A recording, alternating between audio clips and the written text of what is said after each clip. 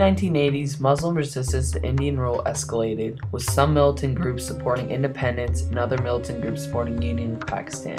A rigged election in 1987, in which Farooq Abdullah made an alliance with the ruling Congress Party to help him win the election, sparked violence. This led to the rise of an armed insurgency movement composed in part of those who unfairly lost the elections.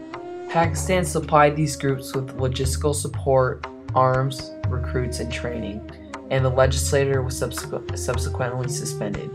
In 1990, direct presidential rule was imposed, and plans to hold elections in 1995 were abandoned following the burning of an important Muslim shrine in its surrounding towns. In 1996, India and Pakistan set up a low-level meeting to diffuse tension over Jammu and Kashmir. The diplomatic push became more concerted a year later, and an agenda for peace talks was agreed on.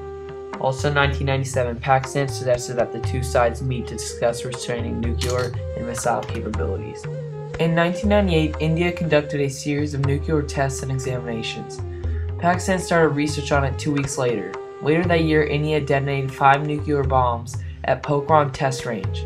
Pakistan felt that India was instigating a nuclear war against them.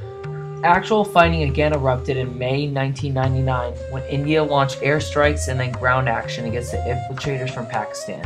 After heavy losses on both sides, a ceasefire was reached in mid-July. The ceasefire actually created more tension between India and Pakistan. In October of 2001, 38 people were killed after an attack on the Kashmiri Assembly in Srinagar. A month later, 14 people were killed at the Indian-Pakistan standoff in which a Pakistan terrorist organization led an attack on the Indian parliament in Delhi. India again blamed Pakistan and Kashmiri militants for this. This forced a dramatic buildup of troops along the Indian-Pakistan border.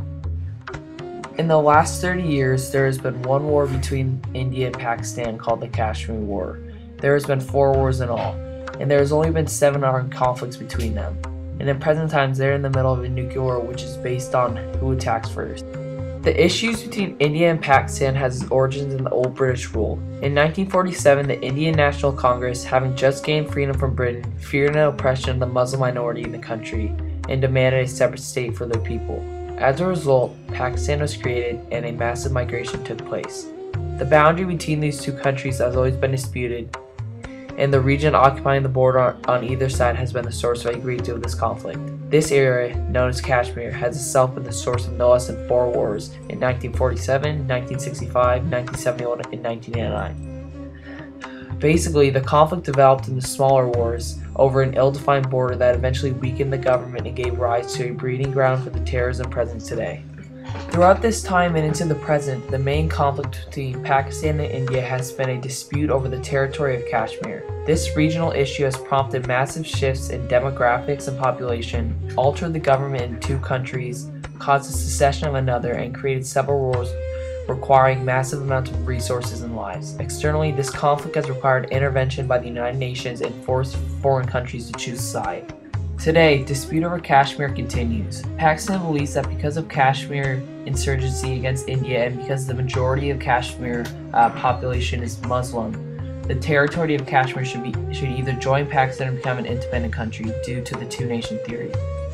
India believes that Pakistan is unable to fund economic growth or protect the fundamental rights of the Kashmiri people, and believes that the Kashmiri insurgency is fueled by Pakistan through propaganda and weapon financing, and believes the territory of Kashmir an integral part of secular India.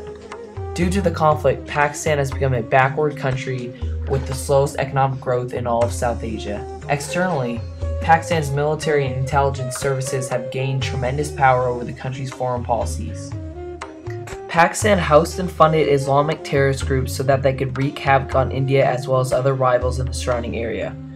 After 9/11, due to the connections with rogue Islamic groups, Pakistan became the center of the global war on terrorism as well as the most dangerous place in the world.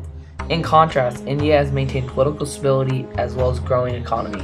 Both Pakistan and India have around 200 nuclear weapons each in their possession. If nuclear war were to occur between the two countries, nuclear winner is certain. Estimates show that column ozone losses at over 20% throughout the world, 25 to 45% at mid-latitudes, and 50% to 70% losses at high altitudes with substantial recovery until 10 years after are to be expected. The United Nations have called several meetings regarding this issue, and as a group have decided that the two countries must find some form of resolution over Kashmir. In addition, the difference in religious numbers between the two countries has prompted Muslims to move to Pakistan and Hindus to move to India. And because Kashmir is in the middle of this, it is the hotbed where violence has been stirred up between the two groups. Overall, regional issues between Pakistan and India have created massive migrations, created new governments, waste many resources on military instead of economy, and have the capability to create a nuclear winter.